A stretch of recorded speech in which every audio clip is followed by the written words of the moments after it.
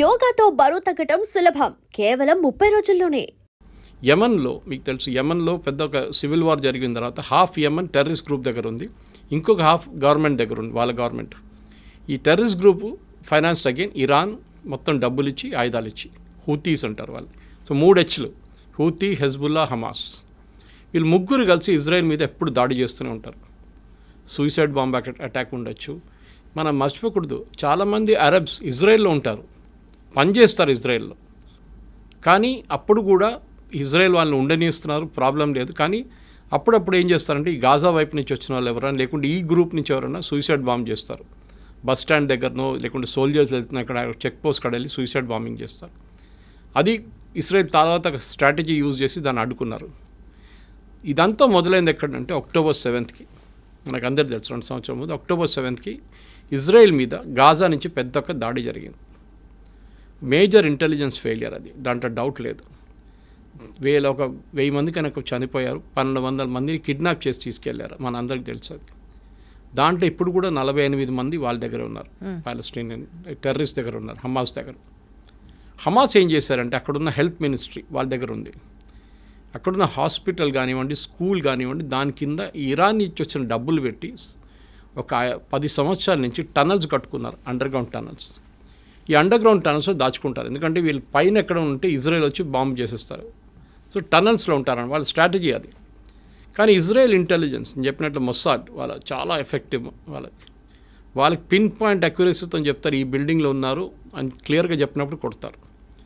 అది ఇస్మాయిల్ హనియా ఇరాన్లో కొట్టినట్లు కానివ్వండి, నస్రుల్లాని మన లెబనాన్లో కొట్టినా కానీ, వీళ్ళందరినీ ఎక్కడున్నా కానీ ఇక్కడున్న హమాస్ వాళ్ళ టెర్రరిస్ట్ గ్రూప్ లీడర్స్ కూడా టార్గెట్ స్పెసిఫిక్ కొడతారన్నమాట. సో ఏం చేస్తారంటే ఇప్పుడు హమాస్ని కంప్లీట్గా ఫినిష్ చేసేసారు. కానీ ఇప్పుడు కూడా గాజాలో నడుస్తుంది, డైలీ 2-3 ఇజ్రాయలీ సోల్జర్స్ చనిపోతున్నారు. కానీ ఆల్మోస్ట్ వైప్అవుట్ చేసేసారు గాజా నుంచి. అటువైపు వైప్అవుట్ ఉంది, కానీ ఇంకా ఉన్నారు వాళ్ళు హైలీ ట్రైన్డ్ వాళ్ళు. అంటే హైలీ ట్రైన్డ్ అంటే మోటివేటెడ్. అదే టైంలో లెబనాన్ వైపు మొత్తం ఫినిష్ చేసేసారు అక్కడ కూడా. నస్రుల్లాని చంపిన తర్వాత నెక్స్ట్ లెవెల్ లీడర్షిప్ వచ్చిన తర్వాత వాళ్ళని కూడా చంపేశారు. సో నెక్స్ట్ వచ్చి హూతీస్ని US చూసుకుంటున్నారు. బాంబింగ్ వేసినప్పుడు అక్కడ వాళ్ళు మిసైల్ వీళ్ళందరికీ ఆయుధాలు ఇచ్చేది ఇరాన్. ఇన్ని సంవత్సరాల నుంచి ఎవరు వీళ్ళని పట్టించుకోలేదు. US కానివ్వండి, UK కానివ్వండి, ఇరాన్ కానివ్వండి, ఇరాన్ మిసైల్స్ ఇస్తున్నా కానీ ఏం చెప్పకుండా వీళ్ళందరూ హెల్ప్ చేసుకున్నారు. కానీ ఒక స్టేట్కి ఇప్పుడు వచ్చేట్లు వచ్చిందంటే October 7th జరిగిన దాడి తర్వాత ఇజ్రాయెల్కి తెలిసిపోయింది ఈ గేమ్ ఇంకా మనం ఇట్లా ఆడుకుంటూ పోతే కాదు, కంప్లీట్గా వైప్అవుట్ చేయాలని చెప్పి టైం తీసుకొని వాళ్ళ లీడర్షిప్ని కంప్లీట్ వైప్అవుట్ చేసేసారు. హమాస్ ఫినిష్ చేసేసారు, మన అందరికి సిన్వార్ బ్రదర్స్ని ఇద్దరిని చంపేశారు. ఇటువైపు ఏమో నస్రుల్లాని చంపారు, అటువైపు ఏమో ఇస్మాయిల్ హనియాని ఫినిష్ చేసేసారు. వీళ్ళందరు లీడర్స్ కూర్చుంటుంది ఖతార్లో, అది మర్చిపోకూడదు మనం. అది ముస్లిం బ్రదర్హుడ్ కానివ్వండి, మీరు ఈ హమాస్ కానివ్వండి, లెబనీస్ మిలిషియా కానీ, వీళ్ళందరూ కూర్చుంటుంది ఖతార్లో ఉంటారు. ఇరాన్ బ్యాకింగ్ ఉంటుంది. ఇరాన్కి సౌదీ అరేబియాకి పడదు, ఇరాన్కి బహ్రెయిన్కి పడదు, ఇరాన్కి యమన్కి పడదు, యమన్కి ఇరాన్కి ఒమాన్కి పడదు. ఇలా Iran is a Shia nation. Shia nation అంటే సార్, షియా అంటే వీళ్ళ ముస్లిమ్స్లో 2 గ్రూప్స్ ఉంటారు. షియా మైనారిటీ, మన హైదరాబాద్ వైపు చాలామంది షియాస్ ఉంటారు ఇక్కడ, ఎందుకంటే నిజాం ఒరిజినలీ ఫస్ట్ పర్షియా, వీళ్ళు షియాస్ అన్నమాట. ఇక్కడ సున్నీస్ మెజారిటీ ఉంటారు, 90% ఆల్మోస్ట్ సున్నీస్ ఉన్నారు వరల్డ్ వైడ్. వీళ్ళకి ఎప్పుడు ఇద్దరికి పడదు. దే డోంట్ బిలీవ్, వాళ్ళ కాన్సెప్ట్ అలాగ ఉంటుంది, ప్రాఫెట్ మొహమ్మద్ నుంచి వచ్చే కాన్సెప్ట్ అలాగ ఉంటుంది. అది కాకుండా వీళ్ళకి అంటే ఇంకా చాలా గ్రూప్స్ ఉన్నాయి. అహ్మదియాస్ ఉన్నారు, అహ్మదియాస్ని అయితే ముస్లిమ్స్ అని అసలు అంగీకరించారు ఎవరు, షియాస్ సున్నీస్ ఇద్దరు. సో మన దగ్గర కూడా చూస్తాం, మన పాకిస్తాన్ వైపు నిన్న కూడా దాడి జరిగింది అహ్మదియాస్ మీద అన్నమాట. సో చాలా మటుకు ముస్లిమ్స్లో చిన్న గ్రూప్స్ ఉన్నాయి, కానీ మేజర్ గ్రూప్స్లో సున్నీస్, షియా. సో ఈ షియా నేషన్ ఉన్న ఇరాన్ని వీరెవరు సీరియస్గా తీసుకోరు. ఎవరు సౌదీ అరేబియా ఉండొచ్చు కానీ మిగతా. సో వాళ్ళ ఒక బలం చూపించడానికి ఇరాన్ ఏం చేశారంటే చాలా రోజుల నుంచి, అంటే అయతొల్లా ఖొమేనీ టేక్ ఓవర్ చేసుకున్నప్పటి నుంచి 70sలో, ఆ టైంలో దానికన్నా ముందు ఇరాన్ చాలా మోడర్న్ నేషన్ ఉండే. మీరు ఒకసారి ఆ టైం ఇరాన్ ఫోటోగ్రాఫ్స్ చూస్తే మీరు యుఎస్లో ఉన్నారా లేకుంటే ఇరాన్ అన్న ఒక డౌట్ వస్తుందన్నమాట. బీచ్లో బికినీ చేసుకుని తిరిగేది, పబ్స్ ఉండేది, అక్కడ చాలా మోడర్న్ నేషన్ ఉండేది షా ఆఫ్ ఇరాన్ ఉన్నప్పుడు. కానీ షా ఆఫ్ ఇరాన్ ఓవర్త్రో చేసి ఖొమేనీ వచ్చిన తర్వాత మొత్తం థియోక్రటిక్ స్టేట్ అయిపోయింది అన్నమాట. అంటే రిలీజియన్ బేస్డ్. వాళ్ళు ముస్లిం మహిళలు చదువుకోకూడదు, బుర్కాల్లో ఉండాలి, వాళ్ళు ఎవరితో బయట తిరగకూడదు, ఇట్లాంటి చాలా మటుకు స్ట్రిక్ట్ రూల్స్ తీసుకొచ్చారు వాళ్ళు. అట్లా ఉన్నప్పుడు ఏమైపోయింది, థియోక్రటిక్ స్టేట్ అయిపోయింది. కొమ్యూని చనిపోయిన తర్వాత నెక్స్ట్ కమ్యూని వచ్చారు, నడుస్తూనే ఉండే వాళ్ళ రూల్ నడుస్తుంది ఇంకా. కానీ వీళ్ళేం చేస్తారంటే వీళ్ళకి మెయిన్ ఎనిమీ ఇజ్రాయెల్ మీద దాడి చేయాలి. వీళ్ళు డైరెక్ట్గా చేయరు. నేను చెప్పిన ఈ 3 గ్రూప్తోని చేపిస్తారు, హూతీస్, హమాస్, హెజ్బుల్లా 3 హెచ్లతో పని చేయించుకుంటారు వీళ్ళు. చాలా రోజుల నుంచి ఇజ్రాయెల్ పోన్లే అని చెప్పి ఊరుకున్నారు. కానీ October 7 జరిగిన తర్వాత their patience also ran out. వీళ్ళని వన్స్ ఫర్ ఆల్ ఫినిష్ చేసేసారని చెప్పి దిగారు వీళ్ళందరూ కలిసి. సో ఇజ్రాయెల్ గ్రేటెస్ట్ అడ్వాంటేజ్ ఏంటంటే వాళ్ళ మీద ఎప్పుడు దాడి జరుగుతూనే ఉంటుంది. నేను చెప్పాను చూడండి, 6 Day వార్ జరిగింది, ఇంకోటి యామ్ కిపూర్ వార్ అని ఇంకోటి ఉండే. వాళ్ళ హోలియెస్ట్ హాలిడే రోజు దాడి చేశారు వాళ్ళ మీద. ఇప్పుడు మన దగ్గర దివాళీ రోజో లేకుంటే దసరా రోజు మనందరం కొంచెం రిలాక్స్ అవుతాం, కానీ మన ఆర్మీ రిలాక్స్ కారు. కానీ వాళ్ళ టైంలో వాళ్ళ ఆర్మీ కూడా కొంచెం రిలాక్స్ అయిపోతారు ఆ టైంలో.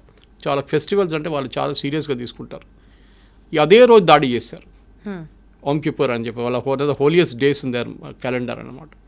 ఆ వార్ కూడా ఇజ్రాయెల్ గెలిచారు. సో వీళ్ళకేంటంటే ఇప్పుడు ఇరాన్కి మేజర్లీ ప్రూవ్ చేయడానికి, అంటే మేము సౌదీ అరేబియా కన్నా పెద్దది, టర్కీ కన్నా మేము పెద్దవాళ్ళం అని చెప్పి వీళ్ళు మిసైల్ టెక్నాలజీని చాలా చోట్ల నుంచి కొనుక్కున్నారు. ఒకటి మెయిన్లీ నార్త్ కొరియా దగ్గర నుంచి కొనుక్కున్నారు వీళ్ళు టెక్నాలజీ అంతా. ఇంకోటి కొంచెం టర్కీ దగ్గర నుంచి కొనుక్కున్నారు. ఈ టెక్నాలజీని వీళ్ళు వాడుకున్నారు. దీని తర్వాత వీళ్ళు న్యూక్లియర్ అంబిషన్స్కి వచ్చేసారు. అక్కడే ప్రజెంట్ గొడవ అంతా మొదలైందన్నమాట. So you have to understand the historical context. దానికోసం మీకు ఫ్లాష్ బ్యాక్ అని చెప్పాను. 100% సార్, నాకు అంతా అర్థమైంది. థ్యాంక్ యూ సో మచ్ ఎంత క్లియర్గా ఎక్స్ప్లెయిన్ చేసినందుకు. ఫస్ట్ ఆడియన్స్కి కూడా హిస్టరీ తెలిస్తే ఇంకా ఎక్కువ ఫాలో అవుతారు. సార్ ఇప్పుడు కమింగ్ టు ది పాయింట్, అసలు ఇజ్రాయెల్కి ఇరాన్కి మధ్యలో ఎంతసేపు ఇరాన్ ఇజ్రాయెల్ని ఫినిష్ చేయాలి అన్న ఆలోచన, అది కేవలం మతపరంగానే చూస్తామా, లేకపోతే డామినెన్సా, లేకపోతే పవర్ కోసమా, లేదా ఆయిల్ డామినెన్స్ కోసం, ప్రపంచవ్యాప్తంగా ఆయిల్ మా దగ్గర నుంచే ఉండాలి అన్న ఆ స్టేట్మెంట్ కోసమా? అసలు ఎందుకు, why is Israel being targeted now and then? ఇండియాను ఎందుకు టార్గెట్ చేస్తారండి? పాకిస్తాన్ కానీ మిగతా ఇస్లామిక్ నేషన్స్, టర్కీ చేస్తున్నారు, అజర్బైజాన్ చేస్తున్నారు. Why is India targeted? Hindu nation. కానీ మన దగ్గర ఉన్న ముస్లిమ్స్ ఆఫ్టర్ ఇండోనేషియా తర్వాత మన దగ్గర అందరికన్నా పెద్ద సెకండ్ లార్జెస్ట్ ముస్లిమ్స్ ఉన్న దేశం భారతదేశం. మీరు అడిగిన మతం పరంగా కాదు ఇది బేసికలీ వీళ్ళ లాజిక్. నేను స్టార్టింగ్ మీకు ఎక్స్ప్లెయిన్ చేశాను. Israel has no right to exist. రేపు చెప్తారనుకోండి పాకిస్తాన్ భారతదేశంగా ఉండనే అసలు వాళ్ళకి అర్హత లేదు, వాళ్ళని ఫినిష్ చేసేయాలంటే మీరు ఎట్లా రియాక్ట్ అవుతారు? మా దేశం, మా ప్రాబ్లం మీకెందుకు అని చెప్పి ఇజ్రాయెల్ ఏం చేశారంటే, సరే వీ హ్యావ్ టు ఎగ్జిస్ట్. మా మీద ఆల్రెడీ 2-3 పెద్ద యుద్ధాలు జరిగినాయి మా మీద, మేము అన్నీ గెలుచుకున్నాం. ఇంకోటి అక్కడ ఒక చుక్క నీళ్ళు పడదు, వర్షం పడదు. అప్పుడు కానీ వాళ్ళ అగ్రికల్చర్లో నంబర్ 1 ప్రొడక్షన్, టెక్నాలజీలో దే ఆర్ నంబర్ 1, మిలిటరీ టెక్నాలజీలో దే ఆర్ సూపర్. వాళ్ళ ఐరన్ డోమ్ చూసాం చాలా మటుకు. మనం ఇజ్రాయెల్ గురించి చెప్తున్నాను. ఇరాన్ కాదు, ఇరాన్ అక్కడి నుంచి కొనుక్కున్నారు దొంగతనంతో. అది పాకిస్తాన్ చేసినట్లనే. పాకిస్తాన్ న్యూక్లియర్ టెక్నాలజీ జర్మనీ నుంచి దొంగతనం చేసుకుని తీసుకొచ్చిన మనిషి ఏక్యూ ఖాన్. ఆయన సెటప్ చేశారు వాళ్ళ న్యూక్లియర్ అంబిషన్స్. ఇన్ఫ్యాక్ట్ ఆ టైంలో 1980s 90sలో ఇజ్రాయెల్ ఆఫర్ చేశారు ఇండియాకి, మేము పాకిస్తాన్ దగ్గర ఉన్న న్యూక్లియర్ టెక్నాలజీని మొత్తం ధ్వంసం చేస్తాం, ఇప్పుడు ఇలాగా ఇరాన్ మీద చేస్తున్నాడు, దాడి చేస్తామంటే అప్పుడున్న కాంగ్రెస్ గవర్నమెంట్ ఒప్పుకోలేదు. ఆలోచించండి, అప్పుడు చేస్తుంటే మనకి థ్రెట్టే ఉండదు పాకిస్తాన్ దగ్గర. సరే దాని పక్కన పెడదాము. ఇప్పుడు ఇరాన్ కేసులో ఏమైందంటే, ఇరాన్కి న్యూక్లియర్ టెక్నాలజీ వాళ్ళ చేతికి దొరికింది, వాళ్ళకి యురేనియం దొరికింది, ఇంపోర్ట్ చేసుకోవచ్చు మీరు ఫర్ పీస్ఫుల్ పర్పసెస్. కానీ పీస్ఫుల్ అని ఇరాన్ ఎప్పుడు ఉండరు, మన అందరికి తెలుసు. వాళ్ళకి అంబిషన్ ఏంటంటే, ఒకటి మాకు వరల్డ్లో మేమే నంబర్ 1 లీడర్. అంటే ఒకవైపు టర్కీ ఏమంటున్నారంటే మేమే ఒరిజినల్ ఖలీఫా, అక్కడి నుంచి మా లైనేజ్ డైరెక్ట్ ప్రాఫెట్ మొహమ్మద్ నుంచి మాకే, మేము ఖలీఫేట్ మేమే. ఒటువైపు సౌదీ అరేబియా ఏమంటున్నారు, హోలియెస్ట్ సైట్స్ మా దగ్గర ఉంది, మెక్కాన్ మదీనా మా దగ్గర ఉంది, we are the original Muslim Islamic nation. ఇంకోవైపు పాకిస్తాన్, మన అసీం ముని స్టేట్మెంట్ చూసుంటారు, we are the second after Saudi Arabia, మేమే సెకండ్ లార్జెస్ట్ ఇస్లామిక్ నేషన్ అంటున్నారు. ఇప్పుడు ఇరాన్ అంటున్నారు మేమేం చేయాలి, మేము కూడా మా పవర్ చూపించాలని చెప్పి వీళ్ళు న్యూక్లియర్ ప్రాసెసింగ్ స్టార్ట్ చేశారు. ఆల్రెడీ వాళ్ళ దగ్గర బ్యాలిస్టిక్ టెక్నాలజీ ఉంది. బ్యాలిస్టిక్ అంటే మీకు ఒక 100 కిలోమీటర్ నుంచి 500-600 కిలోమీటర్ కొట్టచ్చు మీరు. ఇప్పుడు 1000 కిలోమీటర్ కూడా ఉంది, మిసైల్స్ కొట్టచ్చు. కానీ మిసైల్స్ని మీరు ఒకటి అమ్యునిషన్ పెట్టి పంపించవచ్చు, ఇంకోటి న్యూక్లియర్ వెపన్ పెట్టి పంపించవచ్చు. న్యూక్లియర్ వెపన్ ఎవరు వాడరు, ఉంటుంది, దమ్కి ఇవ్వడానికి ఉంటుంది అంతే. నా దగ్గర ఉంది చూడు అని చెప్పడానికి, పాకిస్తాన్ చేసినట్లు మనం బ్లఫ్. మోదీ గారు అన్న వీ కాల్ దేర్ బ్లఫ్ అన్నారు. ఇరాన్ ఏం చేశారంటే న్యూక్లియర్ ప్రాసెసింగ్ మొదలుపెట్టి వాళ్ళ పవర్ ప్లాంట్ ఉంది, వాళ్ళకి ఒక న్యూక్లియర్ పవర్ ప్లాంట్ అక్కడ వాడుకుంటారు. ఇప్పుడు మన హైదరాబాద్లో చర్లపల్లిలో న్యూక్లియర్ ఫ్యూయల్ కాంప్లెక్స్ ఉంది. మనం బయట నుంచి తెప్పించుకున్న యురేనియం అంతా, అది కాకుండా మన దగ్గర ఉన్న కొంచెం యురేనియం వాడుకొని దాన్ని ప్రాసెస్ చేసి రాడ్స్లో తయారు చేసి మన కల్పాకం కానివ్వండి, మిగతా మన కైగా లాంటి అటామిక్ పవర్ ప్రాజెక్ట్స్కి పంపిస్తాం. ఓకే, అక్కడ వాళ్ళు దాన్ని న్యూక్లియర్ పవర్గా వాడుకుంటారు, న్యూక్లియర్ పవర్ జనరేట్ చేయడానికి వాడుకుంటారు. దానికి ఒక ప్యూరిటీ లెవెల్ ఉంటుంది. ఓకే, అంటే మీరు వెపన్ గ్రేడ్కి వెళ్ళాలంటే న్యూక్లియర్ సివిలియన్ యూస్కి మీకు 20 నుంచి 40% ప్యూరిటీ ఉంటే చాలు. 40 కూడా చాలా ఎక్కువ. కానీ మీరు 60% దాకా ప్యూరిటీ మీరు, అంటే ఈ సెంట్రిఫ్యూజ్ అంటారు దాన్ని. మీరు కాలేజ్లో మనం ఫిజిక్స్ కెమిస్ట్రీ ఎక్స్పెరిమెంట్ చేస్తున్నప్పుడు ట్యూబ్స్ పెట్టి ట్యూబ్స్లో లిక్విడ్ సెంట్రిఫ్యూజ్ చేస్తారు, దాన్ని ఫాస్ట్గా తిప్పుతాం. దాని నెక్స్ట్ టెక్నాలజీ చాలా advance technology, same centrifuge technology nuclear యురేనియంలో యూజ్ చేస్తారు ప్యూరిటీ తీసుకురావడానికి. వీళ్ళు కూడా ఏం చేశారంటే ఇరాన్ ఈ కొంచెం రిలాక్స్గా ఉన్న టైంలో యూఎస్ కానీ వీళ్ళని కానీ బయట నుంచి ఏదో ఇంకో పేరు చెప్పి ఆ సెంట్రిఫ్యూజ్ తెప్పించుకున్నారు. సో వీళ్ళు ప్యూరిటీ ఎక్కువ చేస్తాడం మొదలు పెడితే యూఎస్ వాళ్ళు ప్రెషర్ పెట్టిన తర్వాత మేము బాంబ్ చేస్తాం మీ మీద అని చెప్పిన తర్వాత వాళ్ళు ఏం చేశారు, international atomic energy agency IAEA, వీళ్ళు వరల్డ్ వైడ్ ఒక వాచ్ డాగ్ అంటాం మనం. అంటే ఎక్కడెక్కడ న్యూక్లియర్ టెక్నాలజీ ఉందో వీళ్ళు అక్కడ ఇన్స్పెక్షన్ చేస్తారు. It's UN body, independent UN body అన్నమాట. సో IAEA ఏం చేస్తారంటే వాళ్ళు వచ్చి ఇరాన్ మీద మేము మొత్తం నిఘా పెట్టబోతున్నాం. సో వాళ్ళు ఏం చేస్తారంటే ఇన్స్పెక్షన్స్ ఉంటుంది వాళ్ళకి, సర్ప్రైజ్ ఇన్స్పెక్షన్స్. మీరు ఎందుకు వాడుతున్నారు, మీరు ఎక్కడి దాకా వచ్చారు, లేదు చూడండి మేము సివిలియన్కే వాడుకుంటున్నాం, ఆ రికార్డ్ చూసుకోండి అని చెప్పి అంతా చూపిస్తారు. అది కాకుండా వాళ్ళు CCTV కెమెరా పెడతారు, చాలా హై రెజల్యూషన్, కంటిన్యూస్ మానిటరింగ్ ఉంటుంది ఇరాన్ మీద అన్నమాట. మన మీద కూడా ఉంటుంది, ఒక్కొక్కసారి మనం కూడా డిస్క్లోజ్ చేయాల్సి వస్తుంది. సో అది కాకుండా ఇరాన్ ఏం చేశారంటే ఈ ప్యూరిటీ ఎక్కువ పెంచడం మొదలుపెట్టారు. 50 దాకా వచ్చారు, 50 నుంచి 55కి వచ్చారు. మొన్న 55కి వచ్చినప్పుడు సడన్గా ఇజ్రాయెల్ ప్యానిక్ అయ్యారు. ఎందుకంటే ఒకసారి 60% క్రాస్ చేస్తే వీళ్ళు న్యూక్లియర్ వెపన్స్ తయారు చేయొచ్చు. యురేనియం ప్యూరిటీ 60% కన్నా ఎక్కువ అయితే you can make nuclear weapons. అప్పుడు దాకా మీ సివిలియన్ యూస్కి వాడుకుంటారు. ఆ టైంలో అమెరికా నెగోసియేషన్స్ మొదలుపెట్టారు. మీకు గుర్తుంటుంది, ప్రెసిడెంట్ ట్రంప్ ఇరాన్తో మాట్లాడడం, ఫస్ట్ రౌండ్, సెకండ్ రౌండ్ బహ్రెయిన్లో జరిగింది, ఒమాన్లో జరిగింది టాక్, కానీ ఇక్కడికి వెళ్ళట్లేదు. ఎందుకు ఇరాన్ ఫైనల్ ఏమేంటంటే మాకు బాంబు కావాలి. కానీ వాళ్ళు ఏమంటారు, మేము చేయట్లేదు, చూడండి మేము మంచి అబ్బాయిలు, మేము ఏం చేయట్లేదు. కానీ IAEA ఏం చెప్పారంటే వీళ్ళు చీట్ చేస్తున్నారు, వీళ్ళు కెమెరాలు ఆఫ్ చేసేస్తున్నారు, కెమెరా మీద బట్టలు వేసేస్తున్నారు, ఏదేదో పని చేస్తున్నారు, సెంట్రిఫ్యూజ్ తెప్పించుకుంటున్నారు బయట నుంచి, ప్యూరిటీ ఎక్కువ చేస్తున్నారు. సో లాస్ట్కి వచ్చినప్పుడు ఒక 2 వారాల ముందు ఫైనల్లీ ఇజ్రాయెల్ డిసైడ్ చేసుకున్నారు, ఇంకా ఒక నెల ఆగితే 2 నెలలు ఆగితే వాళ్ళు వెపన్స్ గ్రేడ్ యురేనియం తయారు చేసుకుంటారు. దాని తర్వాత వాళ్ళని ఆపలేము, పాకిస్తాన్ లాగా అయిపోతారు. మా దగ్గర ఒక 100, పాకిస్తాన్ దగ్గర 80 వెపన్స్ ఉన్నాయి, న్యూక్లియర్ గ్రేడ్ వెపన్స్ రెడీగా ఉన్నాయి వాళ్ళ దగ్గర. మన దగ్గర 150 ఉంది, చైనా దగ్గర 500 ఉంది, US అయితే బియాండ్ థౌజండ్స్లో ఉన్నాయి వాళ్ళ దగ్గర. సో ఇప్పుడు ఏమైందంటే లోకంలో 5-6 నేషన్స్ ఉన్నారు, వెపన్స్ ఉన్న నేషన్స్. ఇరాన్ దగ్గర వస్తే వీళ్ళకి భయం ఏంటంటే ఇజ్రాయెల్కి వాళ్ళు ఎప్పుడైనా వాడుకుంటారు, ఎక్కడైనా వాడుకుంటారు. హుతీస్కి ఇచ్చేస్తారు, హెజ్బుల్లాకి ఇచ్చేస్తారు, హమాస్కి ఇచ్చేస్తారు, వాళ్ళ ఎగ్జిస్టెన్స్ ఉంటుంది ఇజ్రాయెల్. ఎందుకంటే ఒకసారి ఒక న్యూక్లియర్ బాంబ్ వేసిన తర్వాత దాని చుట్టుపక్కల ఉన్న 1000 కిలోమీటర్ దాకా మీరు అసలు ఉండలేరు. నెక్స్ట్ 5000 సంవత్సరాల దాకా ఉండలేరు మీరు అక్కడ. అది కంప్లీట్ అంత రేడియేషన్ ఉంటుందన్నమాట. మనం చూసాం హిరోషిమా నాగసాకిలో ఏం జరిగింది అనేది. సో న్యూక్లియర్ డెటనేషన్ అంటే చాలా సీరియస్ ఇష్యూ. దానికోసం మనం ఇప్పుడు డెటనేషన్ చేస్తున్నప్పుడు, మనం టెస్ట్ చేస్తున్నప్పుడు ఏదో ఒక డెజర్ట్లో వెళ్ళి చేసుకుంటాం మనం టెస్ట్. పోఖ్రాన్లో ఎందుకు టెస్ట్ చేస్తామంటే పోఖ్రాన్ డెజర్ట్ నడిమిట్లో ఉంది, మన థార్ డెజర్ట్ నడిమిట్లో రాజస్థాన్లో. అది కూడా లోపలికి తవ్వి 20 కిలోమీటర్ లోపలికి వెళ్ళి, లేకుంటే 15 కిలోమీటర్ లోపలికి వెళ్ళి అక్కడ మనం వెపన్ పెట్టి టెస్ట్ చేస్తాం దాన్ని. సో రేడియేషన్ పైకి రాకుండా, చిన్న ఎర్త్క్వేక్ లాగా ఉంటుంది, భూకంపంగా వస్తుంది ఆ టైంలో, 3-4 రిక్టర్ స్కేల్ మీద వస్తుంది అనమాట. సో ఈ దాంట్లో ఇజ్రాయెల్ ఏం డిసైడ్ చేశారంటే 2 వారాల ముందు వీళ్ళని ఇట్లా ఇవ్వకూడదు, వీళ్ళు తయారు చేసుకుంటే వీళ్ళది ఫస్ట్ వీళ్ళ న్యూక్లియర్ అసెట్స్ మీద కొట్టాలి. సో వీళ్ళు 3-4 సైట్స్ ఉన్నాయి వీళ్ళ దగ్గర. సో ఈ న్యూక్లియర్ అసెట్స్ సివిలియన్ యూస్ ఒకటే, మీరు కల్పాకం లాంటి రియాక్టర్ కానివ్వండి, కైగా లాంటి రియాక్టర్ అంతా మనకు కనిపిస్తుంది బయట న్యూక్లియర్ ప్లాంట్ అంటే. కానీ న్యూక్లియర్ వెపన్స్ ఎప్పుడు స్టోర్ చేసేది మౌంటైన్స్ లోపల స్టోర్ చేస్తారు. మన పాకిస్తాన్ చూసాం, కిరాణా హిల్స్లో కొట్టాం మనం, వాళ్ళ మీద కొట్టలేదని మనం అంటున్నాం, కానీ జరిగింది. We didn't hit the weapons directly, కానీ దాన్ని కైరానా హిల్స్ ఫేస్ అంటే మౌంటైన్ లోపల ఎంటర్ అయ్యే గేట్ ఉంది చూడండి, అక్కడ కొట్టాం. ఇప్పుడు దాని లోపల ఎంటర్ చేయలేకపోతున్నారు పాకిస్తాన్.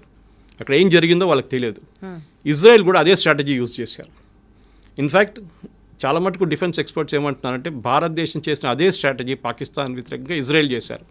ఒకటి ఫస్ట్ వాళ్ళు ఏం చేశారంటే వాళ్ళ ఎయిర్ డిఫెన్స్ కొట్టి పడేశారు మొత్తం. మనం కూడా అదే చేస్తాం. Exactly sir. Chinese air defence system ఉండే మొత్తం ధ్వంసం చేసిన తర్వాత మనకు ఫ్రీ రైడ్ అయిపోయింది. మనకి వాళ్ళ ఎయిర్క్రాఫ్ట్ టేక్ ఆఫ్ చేయలేకపోయినారు, మన రన్వేని కొట్టాం. సో దేవర్ స్టక్.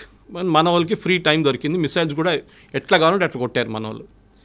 కానీ ఇప్పుడు ఏం జరిగింది, ఇజ్రాయెల్ కూడా అదే చేశారు ఇరాన్ మీద. కానీ ఇరాన్ దగ్గర ఒక అడ్వాంటేజ్ అంటే పాకిస్తాన్ దగ్గర కాకుండా వాళ్ళ దగ్గర మిసైల్స్ చాలా ఉన్నాయి. ఓవర్ ద ఇయర్స్ ఈ హమాస్ హూతీస్కే వాళ్ళు ఆల్మోస్ట్ 40,000, వీళ్ళు హెజ్బుల్లాకి ఆల్మోస్ట్ 30,000-40,000 మిసైల్స్ ఇచ్చారు వాళ్ళు. దాంట్లో చిన్న మిసైల్స్ ఉంటాయి, పెద్దది ఉంటాయి, బ్యాలిస్టిక్ ఉంటాయి, అన్నీ ఉంటుంది. అది కాకుండా ఇరాన్ దగ్గర కూడా 1,200 మిసైల్స్ ఉన్నాయి వేరియస్ కెపాసిటీస్లో. ఒకటి కొన్ని 100 కిలోమీటర్ డిస్టెన్స్ ఉంటే ఒకటి 500 కిలోమీటర్ డిస్టెన్స్ కొడుతుంది అనమాట. కొన్ని అట్మాస్ఫియర్కి వెళ్ళి మళ్ళీ రీఎంటర్ అవుతుంది. దాన్ని ట్రాక్ చేయడం చాలా డిఫికల్ట్. మన దగ్గర బ్రహ్మోస్ ఉంది చూడండి అట్లాంటిది. సో వాళ్ళు ఇంకో పేర్లు ఉన్నాయి దానికని. మనం బ్రహ్మోస్ అని వాడుకుంటాం. మన దగ్గర అగ్ని ఉంది. మిగతా మన దగ్గర చాలా మటుకు రేంజ్ మిసైల్స్ ఉన్నాయి అనమాట. నాగ్ ఉంది అందరూ, యాంటీ ట్యాంక్ మిసైల్స్. ఇరాన్ ఏం చేస్తారంటే ఇప్పుడు ఈ జరిగిన దాడిలో ఫస్ట్ వాళ్ళ మీద దాడి జరిగినప్పుడు ఇజ్రాయెల్ ఏం చేశారంటే వాళ్ళ మేజర్ కమాండర్స్, ఆర్మీ చీఫ్ కానివ్వండి, వాళ్ళ ఎయిర్ ఫోర్స్ చీఫ్ కానివ్వండి, వాళ్ళ మేజర్ ఆర్మీ కమాండర్స్ని 10 మందిని చంపేశారు. సూపర్ ఇంటెలిజెన్స్ అంటే వీళ్ళు ఎక్కడ కూర్చుంటారో ఎవరికి తెలియదు, వాళ్ళకే తెలియదు. వాళ్ళ తోడున్న వాళ్ళకి తెలియకుండా ఇస్రాయెల్లో ఉన్న మొసాడ్ వాళ్ళు ఇరాన్లో వచ్చి అక్కడ ఉండి చేపించారు ఇది. ఇప్పుడు మీకు ఇక్కడ వచ్చే ముందు రికార్డింగ్ ఒకటి వింటున్నాను. వీళ్ళ మొబైల్ ఫోన్స్ ట్రాక్ చేశారంట. అప్పుడు వీళ్ళు ఏం చేశారు, మొబైల్ ఫోన్ ఆఫ్ చేసి పెట్టేస్తారు. మీరు మొబైల్ ఫోన్ ఆఫ్ చేస్తే మిమ్మల్ని ఎవరు ట్రాక్ చేయలేరు టెక్నికల్గా. కానీ అది కూడా ఇజ్రాయెల్ దగ్గర టెక్నాలజీ ఉందంట. మొబైల్ ఆఫ్ చేస్తే పెడితే కూడా టెక్నాలజీ మీ మొబైల్ని ట్రాక్ చేస్తారంట. So Israel is super duper smart టెక్నాలజీలో వాళ్ళని. అది కాకుండా ఇంటెలిజెన్స్లో మొసాడ్ లాంటి ఏజెన్సీని ఈవెన్ అమెరికన్ సిఐ పనికిరాదు. They are super. ఇప్పుడు కాదు, ఫస్ట్ టైం కాదు. వాళ్ళ మ్యూనిక్ ఒలింపిక్స్లో 11 మంది అథ్లీట్స్ని చంపిన వాళ్ళు 8 మంది వచ్చి చేశారు. మెయిన్ టెర్రరిస్ట్ 8 మందిని వాళ్ళు చంపారు. తర్వాత ఒక్కరినైతే ఒక 20 సంవత్సరాల తర్వాత వెళ్ళి బ్రెజిలియన్ జంగిల్లో వెళ్ళి కొట్టారు. ఆలోచించండి. మొసాడ్ ఇస్ చాలా సూపర్. వాళ్ళు చాలా ప్లేసెస్లో అసాసినేషన్ చేశారు ఇలా ఎనిమీస్ మీద అనమాట. ఇజ్రాయెల్ ఎనిమీస్ ఎక్కడకుండా వాళ్ళ మీద చేశారు. అది కాకుండా ఇప్పుడు జరిగిన మొన్న దాంట్లో ఫస్ట్ వీళ్ళ ఆర్మీ లీడర్షిప్ మొత్తం కొట్టేశారు. న్యూక్లియర్ సైంటిస్ట్ని చంపేశారు. దీనికన్నా ముందు కూడా చేశారు. ఈవెన్ యూఎస్ చేశారు. సొలైమానీ బాంబింగ్ ఒకటి ఉండే, ఫేమస్ బాంబింగ్ ఒకటి, అక్కడ కూడా వాళ్ళు చేసింది అదే. ఇప్పుడు మన హెజ్బుల్లా బాంబింగ్ చూసాం. హెజ్బుల్లాది మీటింగ్ జరుగుతున్నప్పుడు నస్రుల్లాని కొట్టారు. అది కూడా బంకర్ 3 ఫ్లోర్ల కింద. బంకర్ బస్టర్ బాంబ్ అంటారు దాన్ని. అంటే బాంబు పైనుంచి డ్రిల్ చేసుకుంటూ పోతుంది. డ్రిల్ చేసి వెళ్ళి కింద ఎక్కడ ఉందో అక్కడ వెళ్ళి కంప్లీట్ బ్లాస్ట్ అయిపోతుంది అనమాట. షాక్తో చనిపోతారు, మంటలేమి ఉండదు. ఈవెన్ నస్రల్లా బాడీ అట్లనే దొరికింది ఇంటాక్ట్. ఈ డైడ్ ఆఫ్ షాక్.